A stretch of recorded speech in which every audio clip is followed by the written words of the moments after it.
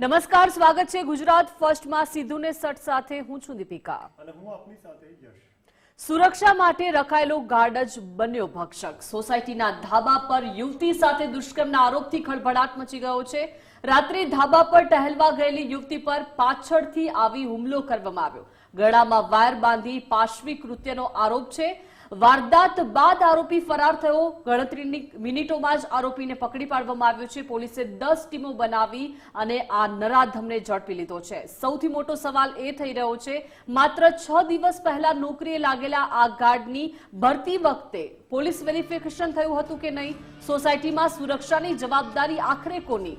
અને દીકરીઓની સુરક્ષા સામે બેદરકારી માટે આખરે જવાબદાર કોણ? કેમ કે આજે અમદાવાદમાં જે હિંચકારી ઘટના બની છે, ખૂબ જ શરમજનક આ ઘટના બની છે, તેની કરીશું આજે સીધુને સટમાં વાત. બિલકુલ, જે પ્રકારે આ ઘટનાક્રમ સામે આવ્યો છે ત્યારે માનવ સમાજ માટે, સભ્ય સમાજ માટે પણ એક શર્મસાર ઘટના છે. કારણ કે આ ઘટનાઓ હવે રાજ્ય માટે ને દેશ માટે નવી નથી. સમયાંતરે આવી ઘટનાઓ બનતી હોય છે. ત્યારે મુખ્ય સમાચાર ઉપર નજર કરી લઈએ. અમદાવાદમાં યુવતી પર દુષ્કર્મની આ ઘટના. સિક્યુરિટી ગાર્ડે યુવતીની સાથે દુષ્કર્મ કર્યાનો આરોપ છે. યુવતી છત ઉપર જ્યારે વોક કરી રહી હતી ત્યારે દુષ્કર્મ કરવામાં આવ્યું છે.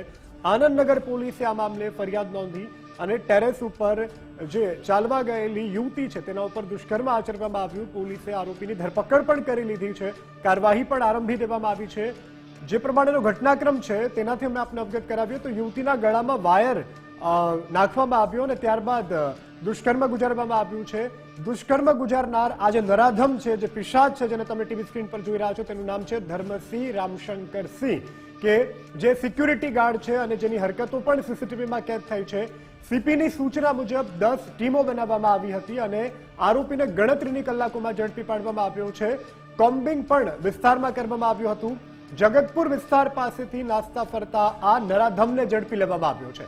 પોલીસ દ્વારા આરોપીની સઘન પૂછપરછ પણ શરૂ કરવામાં આવી છે. આ આરોપી 4 વર્ષથી અલગ અલગ સિક્યુરિટી એજન્સી સાથે સંકળાયેલો હોવાનું પણ હાલ પૂરતી તપાસમાં સામે આવ્યું છે. આ સાથે વગર તાલીમ અને વગર વેરિફિકેશન સોસાયટીમાં તેને ગાર્ડ તરીકે મૂકવામાં આવ્યો હતો. એટલે જે તે એજન્સી પણ આ કૃત્ય પાછળ એટલી જવાબદાર છે. તમે વેરીફાઈ કર્યા વગર કોઈ પણ વ્યક્તિને સિક્યુરિટી જેવી જવાબદારી કેવી રીતે આપી શકો છો? જો કે આ ઘટના બાદ તુરંત જ એફએસએલની ટીમોને પણ કામે લગાડવામાં આવી હતી અને બનાવને લઈ અને હાલ તો તપાસના ચક્રો ગતિમાન કરવામાં આવ્યા છે. જીસીપી આ અંગે બાઇટ આપી છે. જીસીપી શું કહી રહ્યા છે તે પણ સાંભળી લો. પોલીસ દ્વારા આખા વિસ્તારની કોમ્બિંગ કરી, જેમાં સીસીટીવી તમામ રૂટના ચકાસ્યા, એ ક્યાં ગયા હશે, અને બાતમીના આધારે તમામ જગ્યાઓ ચેક કર્યા. એ હેબતપુર પાસે એ પોલીસ દ્વારા એને ઝડપી પાડ્યા છે. અત્યારે પોલીસ એની પૂછપરછ કરી રહી છે અને જે આગળની કાર્યવાહી, જેમાં એના મેડિકલ તેમજ ધરપકડ કરીને આગળના પંચનામાની કાર્યવાહી કરવામાં આવશે. આરોપી છે એ લગભગ 4 વર્ષથી જુદા જુદા જે સિક્યુરિટી એજન્સી છે એમાં કામ કરતા હતા. બહારગામથી અહીંયા આવતા હતા અને એને 3-4 એજન્સીઓ ચેન્જ કરી છે. અને છેલ્લી જે સિક્યુરિટી એજન્સી છે, A1 સિક્યુરિટી એજન્સી, એમાં 4 દિવસ પહેલાં જ એ આવ્યા હતા અને એના ફક્ત આધાર કાર્ડ, પેન કાર્ડ જેવી ડિટેલ લઈને વગર કોઈ તાલીમ આપે અને વગર કોઈ વેરિફિકેશન કરે એને સોસાયટીના ગાર્ડ ઉપર મૂકી દીધા હતા. એની ખૂબ જ બેદરકારી છે. તો અમદાવાદમાં યુવતી સાથે આ દુષ્કર્મની ઘટના બની છે. આરોપી ધર્મસિંહ A1 સિક્યુરિટીમાં કામ કરતો હતો. 3 સંચાલકો A1 સિક્યુરિટી એજન્સી ચલાવતા હતા. આરપી તિવારી, સત્યેન્દ્ર દુબેજી અને શિવકુમાર, આ 3 લોકો એજન્સી ચલાવતા હતા. થલતેજના આર્ચિડ કોમ્પ્લેક્સમાં એજન્સીની ઓફિસ આવેલી છે. પરંતુ જ્યારે આ દુષ્કર્મની ઘટના બની છે, આ ઘટના બાદ સંચાલકો ઓફિસ પરથી ફરાર થઈ ગયા છે. પોલીસ દ્વારા તમામ સંચાલકોની શોધખોળ શરૂ કરી દેવામાં આવી છે અને આગામી સમયમાં એજન્સી સામે કડક કાર્યવાહી કરવામાં આવશે. તો આ A1 સિક્યુરિટી કે જેની ઓફિસ થલતેજના આર્ચિડ કોમ્પ્લેક્સમાં આવેલી છે, જ્યારે આ દુષ્કર્મની ઘટના બની છે ત્યારબાદથી આ 3 સંચાલકો ફરાર છે. કેમ કે આ સંચાલકો આખી સિક્યુરિટીની એજન્સી ચલાવતા હતા. હવે વાત કરીએ આનંદનગરમાં દુષ્કર્મને લઈને એડવોકેટ સોનલ જોશીએ ખૂબ જ મહત્વપૂર્ણ નિવેદન આપ્યું છે. પોશ એરિયામાં દુષ્કર્મની આવી ઘટના બનવી ખૂબ જ ગંભીર બાબત હોવાની વાત સોનલ જોશીએ કહ્યું છે. ઘરની આગાશી સેફ ન હોય તે ખૂબ જ ચિંતાનો વિષય છે. પોતાના ઘરમાં જ તમે સેફ નથી, આવા નરાધમોને ફાંસીની સજા આપવી જોઈએ તેવું એડવોકેટ સોનલ જોશીએ જણાવ્યું છે. સિક્યુરિટી માટે અલગ કાયદાની પણ સોનલ જોશીએ માંગણી કરી છે. ચિચકારી ઘટના કહી શકાય કે ખરેખર જો કોઈ દીકરી પોતાના ઘરના ધાબા ઉપર જ અગર સેફ નથી તો આવી ઘટના અરેરાટી ઉપજાવે છે. અને ઇવન મેં પોતે મારા ઘરનો દરવાજો આજે કહેવાય કે 10 વખત ચેક કર્યો છે કે બંધ છે કે નહીં. અગર જો આવી સિચ્યુએશન્સ હોય તો ખરેખર પોશ એરિયો, ભરચક એરિયો અને એની અંદર જો આવી હિંમત ચાલતી હોય તો ખરેખર સ્ત્રીઓ સેફ નથી એવું ચોક્કસપણે કહી શકાય. સજા તો ડેફિનેટલી થશે, કારણ કે જે રીતે દીકરીએ પોતાનો પ્રતિકાર કરવાની કોશિશ કરી અને પૈસા અને ફોન આપવાની વાત કરી છતાં પણ એને વાયર બાંધીને જે પ્રમાણે દુષ્કૃત્ય આચર્યું છે, દુષ્કૃત્યની સજા જે છે એ 7 વર્ષથી વધારે અને 10 વર્ષ સુધીની સજા છે. અને આમાં દીકરી 23 વર્ષની દીકરી છે. એની સાથે જે પણ ઘટના બની છે એ ઘટના બિલકુલ કહેવાય ને સાંખી લેવા એવી સિચ્યુએશન્સ નથી. અને આની ઉપર એક્શન લેવા એ ખૂબ જરૂરી છે અને કદાચ આને ફાંસીની સજા આપવી જોઈએ, રેરેસ્ટ ઓફ ધ રેરમાં ગણવી જોઈએ. કંઈક તો આવી જ ઘટના ગાંધીનગરમાં પણ બની છે. ગાંધીનગરના પેથાપુરમાં એક સગીરાની સાથે હેવાનિયત આચરવામાં આવી અને તેનું કરુણ મોત નીપજ્યું છે. ખૂબ દુઃખદ બાબત છે. ગાંધીનગર પોલીસે આરોપીને પણ ઝડપી પાડ્યો છે. 7 ઓગસ્ટના રોજ આ દુષ્કર્મની ફરિયાદ નોંધાઈ હતી તેવું પણ પોલીસે કહ્યું છે. 17 વર્ષ 10 મહિનાની સગીરાની સાથે આ નરાધમ સંપર્કમાં આવ્યો. સગીરાને હોટેલમાં બોલાવી મિત્રતા કેળવી અને ત્યારબાદ તેની સાથે શારીરિક સંબંધ બાંધવામાં આવ્યો હતો. સગીરાના ગુપ્ત ભાગોમાં વધુ પ્રમાણમાં રક્તસ્રાવ થયો હતો તેવી પણ પોલીસે જાણકારી આપી છે. અલગ અલગ હોસ્પિટલમાં સગીરાને સારવાર આપવામાં આવી, પરંતુ કમનસીબી કે એ સગીરાને બચાવી ન શક્યા. સગીરાનું મોત થયું છે. પોસ્ટમોર્ટમ રિપોર્ટ બાદ વધુ કાર્યવાહી થશે તેવી પણ પોલીસે જાણકારી આપી છે. હાલ તો પોક્સોની કલમ હેઠળ ગુનો દાખલ કરવામાં આવ્યો છે. 7 ઓગસ્ટના રોજ પેથાપુર પોલીસ સ્ટેશનને કેસની માહિતી મળી હતી. આ કેસમાં એવું હતું કે એક 17 વર્ષ અને 10 મહિનાની છોકરી અને એનો ફ્રેન્ડ રિલેશનશિપમાં હતો અને એના એક દિવસ પહેલાં 6 ઓગસ્ટના રોજ એ બંને લોકો એક હોટલમાં સંબંધ બાંધેલા હતા. આ સંબંધ બાંધ્યા પછી છોકરીના ગુપ્તાંગમાંથી લોહી નીકળતું હતું, જેના કારણે એ આ છોકરા સાથે પોતાના બોયફ્રેન્ડ સાથે હોસ્પિટલમાં સારવાર માટે ગઈ હતી. આ સારવારની કોમ્પ્લિકેશન્સ વધતા છોકરી અલગ અલગ હોસ્પિટલ્સમાં સારવાર હેઠળ હતી અને પોલીસને જો એ માહિતી મળી તો ક્યોંકિ છોકરીની એજ 18 વર્ષથી ઓછી હતી તો એના કારણે પેથાપુર પોલીસે 8 તારીખના રોજ એક FIR દર્જ કરી હતી. આરોપીને કસ્ટડીમાં પણ લઈ લીધું હતું. વધતા હેલ્થ કોમ્પ્લિકેશન્સના કારણે ગઈકાલે મોડી રાત્રિ છોકરીનું નિધન થઈ ગયું છે અને આજે એનો ફોરેન્સિક પેનલ PM પણ કરવામાં આવ્યું છે. તો આ વિષય પર ચર્ચા કરવા માટે આપણી સાથે ગેસ્ટ પણ જોડાઈ ચૂક્યા છે. મીના વ્યાસ પટેલ મનોચિકિત્સક અને સામાજિક અગ્રણી છે. સ્વાગત છે બેન આપનું. અને ધારાસભ્ય અમિતભાઈ ઠાકર પણ આપણી સાથે જોડાઈ ચૂક્યા છે. પ્રથમ અમિતભાઈ, આપની પાસે આવવા માંગુ છું. જે રીતે આ દુષ્કર્મની ઘટના બની છે ત્યારે સોસાયટીમાં જ મહિલાઓની સુરક્ષાની સામે ગંભીર સવાલો ઊભા થઈ રહ્યા છે. આ ઘટનાને આપ કેવી રીતે જોઈ રહ્યા છો? હવે ઘરમાં પણ મહિલાઓ સુરક્ષિત નથી, બહારની વસ્તુ તો આપણે પછી કરીએ. અને ઘટનાને તમારે ઘટનાની જેમ જોવી જોઈએ. આ જે ઘટના ઘટી છે એ અત્યંત ધૃણાસ્પદ છે. આની ઉપર જે ઘટના પછીની જે તાત્કાલિક કાર્યવાહી હોય એ પોલીસે તાત્કાલિક કરી છે. 10 જેટલી ટીમ બનાવી અને આરોપીને જ્યારે સમાચાર લોકોના ધ્યાનમાં આવે પહેલાં તો એ બધા જ લોકોએ 10 જેટલી ટીમે એ આરોપીને પકડી પાડ્યો છે. એના બધા જ જે આનુષંગિક પુરાવા છે એ પુરાવા પણ અત્યારે ભેગા કર્યા છે. અને જે રીતે આ ઘટના હું જ્યાં સુધી આ એરિયાને લગભગ હું આ એરિયામાં 30-40 વર્ષથી રહું છું તો આ પ્રકારની ઘટના મેં ક્યારેય સાંભળી નથી. એટલે આ રેર ઘટના છે.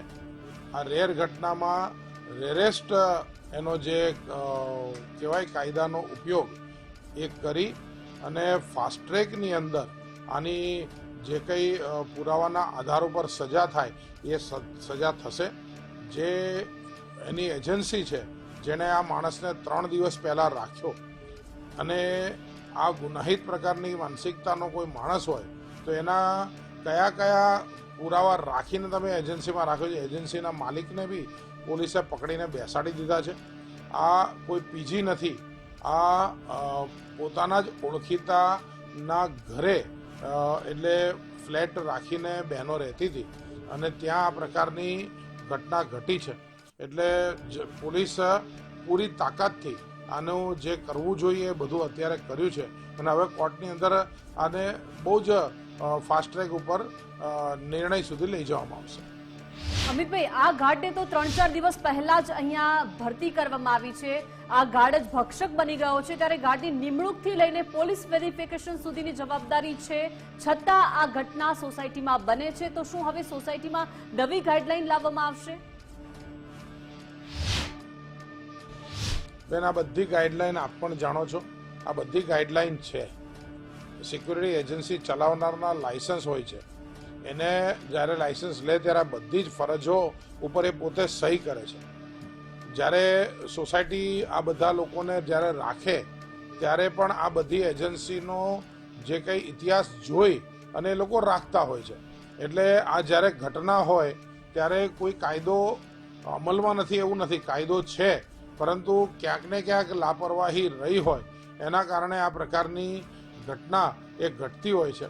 અને જેવી ઘટના ઘટી તાત્કાલિક જો સિસ્ટમ વર્ક ન કરતી હોત તો આટલો જલ્દી આરોપી પકડાઈ બી ના ગયો હોત. એટલે સિસ્ટમ વર્ક કરે છે. સરકાર, ભૂપેન્દ્રભાઈ પટેલની સરકાર આ મુદ્દે સંવેદનશીલ છે. આપણા ગૃહમંત્રી, નાયબ મુખ્યમંત્રી પણ આ મુદ્દા ઉપર હંમેશા ફાસ્ટ ટ્રેક ઉપર ચુકાદાનું પરિણામ આપવાની દિશામાં એ જાણીતા છે. એટલે બંને નેતૃત્વની અંદર આ પ્રકારની કોઈ પણ ઘટના ક્યારે બી હશે તો એની અંદર કોઈને પણ છોડતા નથી. એ દાખલો વર્ષોથી એસ્ટાબ્લિશ છે અને આની અંદર પણ બહુ જ ત્વરિત પગલાં ભરીને સફળતા પણ મળી છે. અને હવે એમને અત્યારે આરોપી જેલ ભેગા છે અને કાલે એમની યોગ્ય જે સજા હશે એ સજા ભેગા બી થશે. મીનાબેન, ગુજરાતને શર્મસાર કરતી આ ઘટના બની છે. ગાંધીનગર હોય, અમદાવાદ હોય, સેફેસ્ટ સિટી તરીકે માનવામાં આવે છે. આવા જ શહેરમાં આવી ઘટના બનવી કેટલું શરમજનક?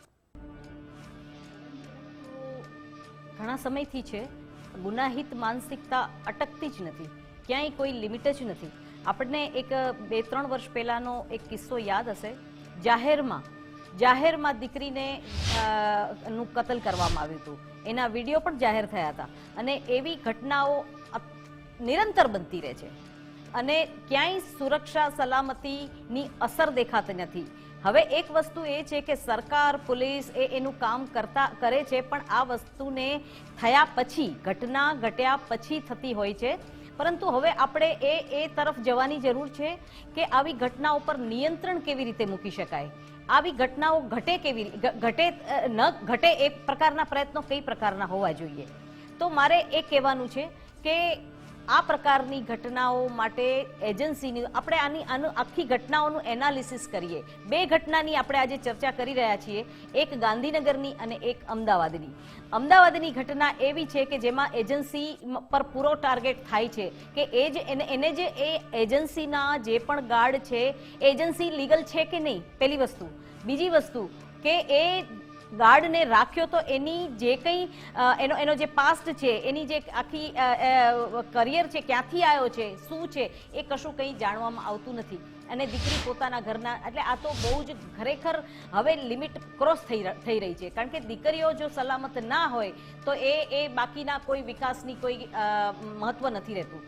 બીજી વસ્તુ એ છે કે આ ગુનાહિત જે માનસિકતા છે એ વધતી જાય છે. આપણે ડરવાનું પણ સાથે સાથે વધી ગયું છે. અહીંયા નહીં જવાનું, અહીંયા નહીં કરવાનું, આ નહીં કરવાનું, તે કરવાનું. પરંતુ આ લોકોની માનસિકતા ત્યારે જ કંટ્રોલમાં આવશે કે એ લોકોને તાત્કાલિક ધોરણે સજા કરવામાં આવે. ડોક્ટર જેમણે એડવોકેટે કહ્યું કે ફાંસીની સજા થવી જોઈએ, ફાંસીની સજા થવી જોઈએ, પણ તાત્કાલિક થવી જોઈએ. એવું ના થવું જોઈએ કે બીજી જ્યારે ઘટના આવે ત્યારે આ ઘટના ભૂલાઈ ગઈ હોય. એટલે ફાંસીની સજા તાત્કાલિક ધોરણે થવી જોઈએ. બધા જ પુરાવાઓ મળી ગયા છે. અને બીજી વસ્તુ એ છે કે આવી પ્રકારની જે આ સિક્યોરિટીનો મતલબ શું છે? સિક્યોરિટી મતલબ કે એ સુરક્ષા આપવાનો છે.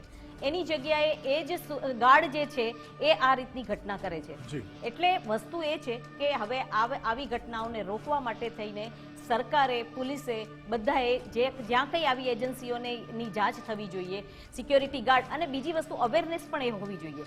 આ પ્રકારના કોઈ પણ ગાર્ડ નવો આવ્યો છે.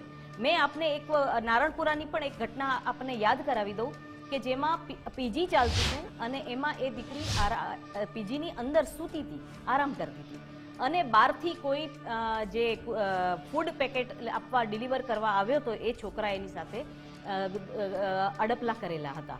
તો આ ઘરમાં સુરક્ષિત નથી, બહાર સુરક્ષિત નથી. અને આ ઘટના ત્યારે આપણે ચર્ચા કરી રહ્યા છીએ કે જ્યારે એ બહાર આવી. એવી અનેક ઘટનાઓ થતી હશે કે જે બહાર નથી આવતી. કેટલા ગરીબ લોકો જે આપણે જોઈએ છીએ કે જે બ્રિજ નીચે સૂતા હોય છે, ત્યાં કેટલી ઘટનાઓ ઘટતી હોય છે, એની ચર્ચા જ નથી થતી. એટલે મહિલાઓની સુરક્ષા માટે મને લાગે છે કે હવે આ મુદ્દો માત્ર એટલો જ નથી રહ્યો કે આપણે સરકારને કહીએ, પોલીસને કહીએ. હવે આપણે જાતે પણ અવેર થવાની જરૂર છે. આપણે જાતે પણ માનસિકતા એવી ડેવલપ કરવાની જરૂર છે કે આપણા ઘરની દીકરી, આપણી સોસાયટીની દીકરી, હવે એવું નહીં સમજવાનું કે મારી દીકરી સુરક્ષિત છે તો બાજુમાં શું થાય છે એનો મને કોઈ પરવા નથી. હવે બધાએ એકજૂટ થઈ અને આ બધી વસ્તુ પર લડાઈ કરવી પડશે, નહીં તો આ ઘટનાઓનો કોઈ અંત નહીં આવે. બિલકુલ, આપની પાસે ફરીથી આવીશું. અમિતભાઈ, દરેક ઘટના પછી ધરપકડ થાય છે, તપાસ પણ થાય છે, પરંતુ ગુનો બનતા પહેલા તેને રોકવા માટે સરકારની પ્રિવેન્ટિવ સિક્યુરિટી સિસ્ટમ જે છે એ ક્યાં છે? બહુ સ્પષ્ટ માનવું છે કે સરકાર પગલાં ભરતી હોય છે, પોલીસ પગલાં ભરતી હોય છે, નાગરિકો પણ જાગૃત હોય છે, પણ જ્યારે કોઈ ઘટના અચાનક ઘટે છે, આ અચાનક ઘટનાની ઉપર કાયદાએ જ કડકાઈથી જે કામ કરવાનું છે એ કાયદો કરતું હોય છે. કાયદાની જે બીક છે એ બીકની અવશ્ય એ જે માહોલ છે એ માહોલ ઊભો રાખવા માટે આ જે ત્વરિત પગલાં ભરાયા છે એ આ પ્રકારના કોઈ આરોપી હોય કે રાતે કઈ એમણે ગુનો આચર્યો અને સવાર થતાં પહેલાં જ જો પકડાઈ જવાનું છે, તો આ ગુજરાતની અંદર જે લોકોનો ભરોસો છે કે ભાઈ ગુજરાતની અંદર અમે સેફ છીએ, આ સેફ ની જે ભાષા છે, જે કારણે આ વાતાવરણ છે, એને અમે અને અમારી સરકાર એ સમર્પિત છે. અમિતભાઈ, આવી ઘટના જ્યારે અમદાવાદમાં બને છે, અમદાવાદની ઘટના બાદ હવે તમે વ્યક્તિગત રીતે કેટલી સોસાયટીઓની સુરક્ષાની વ્યવસ્થાની સમીક્ષા કરશો? સતત ચાલુ છે. તમે ક્યાંય બી વેજલપુરમાંથી પસાર થશો તો તમને કેમેરા એક્ટિવેટ દેખાશે. જ્યાં જ્યાં કેમેરા એક્ટિવેટ નથી, અમે દરેક પોલીસ કમિશનરની મિટિંગની અંદર એની તરફ ધ્યાન દોરતા હોઈએ છીએ. ઘણા બધા કેમેરા લાગ્યા છે. જો આ કેમેરા ન હોત, આ સોસાયટીમાં એના સીસીટીવી ફૂટેજ ન હોત, તો આરોપી એટલો જલ્દી પકડાત નહીં. બધી જગ્યાએ યોગ્ય કેમેરા છે અને આરોપીના જેટલા બી કૃત્ય છે આ કેમેરામાં કેદ છે, એને સજા અપાવવા માટે પૂરતા છે. એટલે જેની અપેક્ષા આપ રાખો છો, જેની અપેક્ષા જનતા માટે પાસે હોય, એ આ બધા જ કેમેરાઓ, બધી જ સુરક્ષા એ આ દિશાની અંદર કોઈ ઘટના અઘટિત છે, ઘટના કીધા વગર બનતી હોય છે, પણ એની સામે જે પગલાં ભરવા માટે સાયોગિક વ્યવસ્થા હોય એ વ્યવસ્થા છે જ, અને એ વ્યવસ્થાના કારણે આરોપી આટલો જલ્દી પકડાઈ ગયો. તો સિક્યુરિટી ગાર્ડની ઓળખ, સરનામું અને અગાઉનો રોજગાર અને ગુનાહિત રેકોર્ડની સંપૂર્ણ તપાસ પણ ફરજિયાત બનાવવાની માંગ તમે સરકાર સમક્ષ મૂકશો? કારણ કે આ તમારા મત વિસ્તારમાં થયેલો બનાવ છે અને એક દાખલો બેસે કે ધારાસભ્ય પણ આ અંગે કડક રજૂઆત કરે ને સરકાર કોઈ પગલાં ભરે. સરકારે આ બધા જ પગલાં ભરેલા છે. આ જેને આ સિક્યુરિટી એજન્સી જે ચલાવે છે એ વ્યક્તિએ જે લાપરવાહી કરી કે કેમ એની અંદર તપાસ થશે.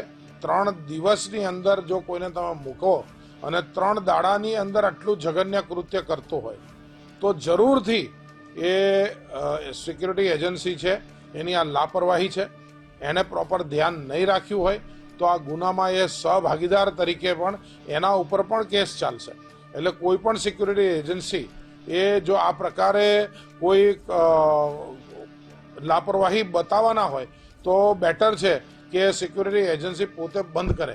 કારણ કે જ્યારે કોઈને તમે આવી રીતે નોકરીએ રાખતા હશો તો આ પ્રકારના ગુનામાં ક્યાંક ને ક્યાંક તમારી પણ જવાબદારી બને.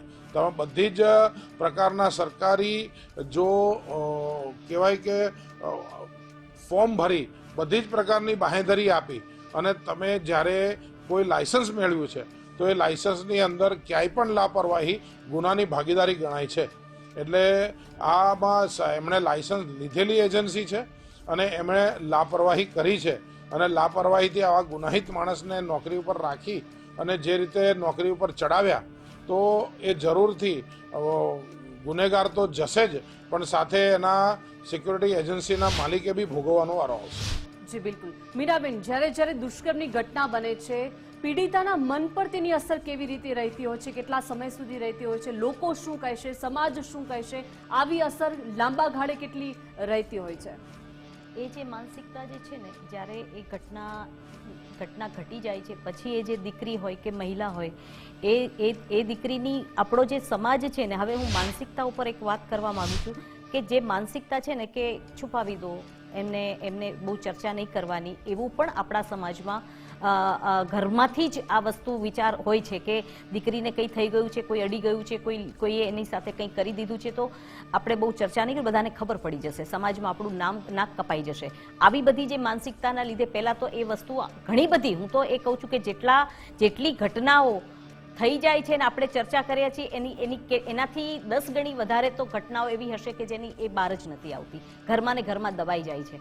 એટલે આ એક માનસિકતા હોય છે અને જ્યારે આ ઘટના ઘટી જાય છે એ છોકરીના આખા જીવનમાં એ ડરની એ શોષિત થયેલી માનસિકતા જે છે એ ક્યારેય એના આખા પર્સનાલિટી ઉપર આ વસ્તુ પડે છે. પછી ક્યારેય કોઈ એની સાથે કોઈ પણ પ્રકારની જબરજસ્તી, એટલે કે શારીરિક જબરજસ્તીની હું વાત નથી કરતી, આપ થયા પછી એની પાસે એને કોઈ પણ વસ્તુ એ સરેન્ડર જલ્દી થઈ જતી હોય છે અને એની માનસિકતા એટલી નબળી થતી જતી હોય છે કે જે એનું આખું જીવન કે એના પછીના આવતા સંતાનો પણ એની અસર નીચે મોટા થતા હોય છે. કારણ કે આવી ઘટનાઓ જ્યારે ઘટે છે ત્યારે એનો સેલ્ફ રિસ્પેક્ટ અને એનો કોન્ફિડન્સ લેવલ આખું ઝીરો થઈ જતું હોય છે.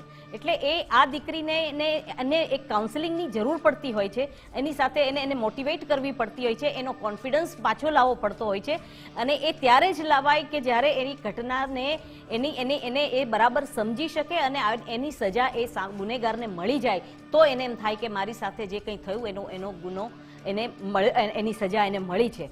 તો આવી જે માનસિકતા નીચે જે છોકરીઓ થતી હોય છે એટલે સમાજની પણ એક જવાબદારી બને છે, કુટુંબની પણ એક જવાબદારી બને છે કે એ દીકરીને સ્પેશિયલ કોઈ નજરથી ન જોવામાં આવે, એને નોર્મલ કરવામાં આવે અને એને પોઝિટિવ વેમાં રાખવામાં આવે. કારણ કે એક વસ્તુ એ છે કે આવી ઘટનાઓ, અને બીજી વસ્તુ એ પણ કહી શકું છું કે જે દીકરી જે ઉંમરની હોય, જે મહિલા જ્યાં પણ હોય ત્યાં એની પાસે આપણે છે ને દીકરીઓને એમ કહીએ છીએ કે હમણાંથી ઘણા સમયથી આપણે એને મોટિવેટ કરીએ છીએ કે બેટા તારે આમ કરવું જોઈએ, આમ કરવું જોઈએ, ઘણું બધું કહીએ છીએ, પણ એટ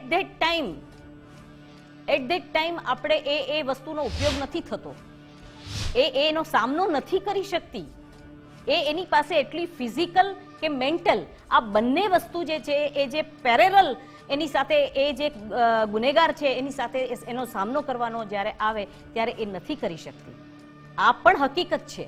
કારણ કે આપણા દરેક ઘરમાં આજે હું સમાજને કહેવા માંગુ છું, દરેક મા બાપને કહેવા માંગુ છું કે તમારી દીકરીને તમે જે રીતે ઉછેરો છો એમાં તમે સંસ્કારના નામે મોટા સામે બોલવું નહીં, મોટા સાથે તર્ક ન કરવો. એ કેમ કરી લેવાનું, તું સાસરે જાય છે તો એ બધા તારા પરિવાર કહેવાય, તારે કેવું, પણ જ્યાં એને તર્ક આવે છે, કોઈ પ્રશ્ન આવે છે કે કોઈ એને દલીલ કરવી છે કે કોઈ ચર્ચા કરવી છે તો એ ચર્ચા નથી કરવાનું પ્લેટફોર્મ નથી મળતું. એટલે એ અમુક વસ્તુઓ એ કરી લે છે અને ઘણી ઘટનાઓ એવી પણ થાય છે કે સાસરે ગયા પછી કોઈ સાસરી પક્ષના જ કોઈ વ્યક્તિ, જે ઘરની જ વ્યક્તિ હોય છે જેનું શોષણ થતું હોય છે, જેના દ્વારા શોષણ થતું હોય છે, ત્યારે પણ દીકરી કંઈ નથી બોલતી. પછી જ્યારે કોઈ ઘટના ઘટે છે, કાં તો એ સુસાઇડ કરી લે છે અથવા તો એની સાથે કંઈ એવી ઘટના થઈ જાય છે, ત્યારે એ વસ્તુની આપણે ચર્ચા કરતા હોય છે. પણ આને ઝીરો લેવલથી લઈને અને દીકરીને તૈયાર કરવી જોઈએ, એને પ્લેટફોર્મ આપો બોલવાનું કે નહીં, આ હું નહીં ચલાવી શકું, આ હું આમ નહીં કરું. એના પોતાના પણ તર્ક હોય છે, એને પોતાની પણ વાત હોય છે, જે એ ખુલ્લેઆમ નથી કહી શકતી. અને એ દુઃખની સાથે એ કેવું કહેવાય કે એવી તો ઘણી બધી ઘટનાઓ છે જે ભણેલી ગણેલી દીકરીઓ પણ આ વેમાં જાય છે કે એ બોલી નથી શકતી. એટલે હવે દીકરીઓને બોલવું પડશે, આગળ આવવું બોલવું પડશે, પોતાનો પડશે. અવાજ બનવું પડશે. બિલકુલ મીનાબેન. અમિતભાઈ, આપની પાસે આવવા માંગી, સોસાયટીએ કઈ બાબતોનું ધ્યાન રાખવું જોઈએ? કોઈ એજન્સી હોય, કોઈ ગાર્ડની ભરતી કરવામાં આવે છે ત્યારે સોસાયટી સામે કોઈ કાર્યવાહી થઈ શકે? કેમ કે આવા ગાર્ડની જ્યારે ભરતી થાય, દુષ્કર્મની ઘટના બને, ત્યાર પછી કોઈ કાર્યવાહી સોસાયટી સામે થઈ શકે છે?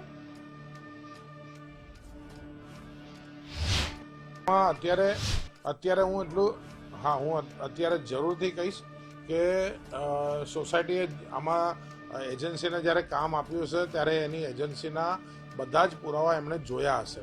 એટલે સોસાયટીના લોકોએ તો તકેદારી રાખી હશે, પરંતુ જ્યારે કોઈ ઘટના અચાનક ઘટે તો એ ઘટનાને સમગ્ર વ્યવસ્થા ઉપર પ્રશ્નાર્થની દિશામાં જોવાની મારા ખ્યાલથી આવશ્યકતા નથી. જો વ્યવસ્થા ન હોત અને જાણે બધે જ છીંડા હોત તો પછી આ પ્રકારે ન કોઈ સિક્યુરિટીએ એનો સર્ટિફિકેટ લીધું હોત, ન એની જોડે લાયસન્સ હોત, ન ત્યાં ફ્લેટમાં કેમેરા હોત, ન રસ્તા ઉપર કેમેરા હોત. એ ભાગ્યો ત્યાં સુધી કેમેરા એનો પીછો કર્યો છે, આરોપી પકડાઈ ગયો છે. આ બધી વાત એ એક સુરક્ષિત અમદાવાદ અને સુરક્ષિત ગુજરાતનો પુરાવો આપે છે. અને મારો એ ભરોસો છે કે જે પ્રકારે સરકાર સંવેદનશીલ છે, એ પ્રિવેન્ટિવ જે મેઝર્સ છે એ પ્રોપર પ્રિવેન્ટિવ મેઝર્સ ના લેવાયા હોત તો આરોપી એટલો જલ્દી પકડાત નહીં. આ ઘટના કોઈ ધાબા ઉપર ઘટી છે અને ઘટના અઘટિત છે, ન ઘટવી જોઈએ, એ દિશાની ઘટના છે. પરંતુ એના કેમેરાઓ અને એની બધી જ વાતોના કારણે આજે આપણે આરોપી સુધી પહોંચી જ ગયા છીએ. આરોપી અત્યારે પોલીસના કબજામાં છે અને આગામી દિવસોની અંદર એ ફાસ્ટ ટ્રેક કોર્ટની અંદર એ માનનીય ભૂપેન્દ્રભાઈ અને હર્ષભાઈની નેતૃત્વવાળી સરકાર એ આ જે ભરોસો છે એ ભરોસાને વધારે બેવડાવવા માટે કઈ કસર નહીં છોડે એ મારો ભરોસો છે. અને થેન્ક યુ, આપનો આભાર. બિલકુલ અમિતભાઈ, સરકારની કામગીરી સામે ને કાયદા સામે તો અમારા કોઈ સવાલ નથી, પરંતુ દર વખતે આવા નરાધમો જે છે એ જામીન પર બહાર પણ આવી જતા હોય છે. કોઈ દાખલા રૂપ અને કડક કાર્યવાહી આ કિસ્સામાં થશે ખરી? એટલે આવા જે તત્વો છે જેને આ પ્રકારના રાક્ષસી કૃત્યો માટે જવાબદાર હોય છે એને આપણા ગુજરાતની અંદર ક્યારેય એને ન પોલીસે ન સરકારે ને ક્યારેય એને છોડ્યા નથી. આ સમાજની અંદર ખુલ્લા ન ફરી શકે એ પ્રકારના તત્વો છે અને એના ઉપર એ જ પ્રકારનો કોર્ટ પણ એ નિર્ણય કરશે અને જે ભરોસો છે એ ભરોસો બરકરાર રહેશે. Thank you. બિલકુલ અમિતભાઈ અને મીનાજી, આપ અમારી સાથે જોડાયા, ચર્ચા કરી, સમય ફાળવ્યો તે બદલ આભાર. સમયાંતરે રાજ્યમાંથી આવા પ્રકારની ઘટનાઓ સામે આવતી રહે છે ત્યારે સમાજે પણ વિચારવાની જરૂર છે, માનસિકતા બદલવાની જરૂર છે અને દીકરીઓએ નિર્ભય થવાની જરૂર છે. અમારી વિશેષ રજૂઆતમાં અત્યારે બસ આટલું. આવા વિષયો સાથે ફરી મળીશું. આપ જોતા રહો ગુજરાત ફર્સ્ટ ન્યૂઝ. નમસ્કાર. નમસ્કાર.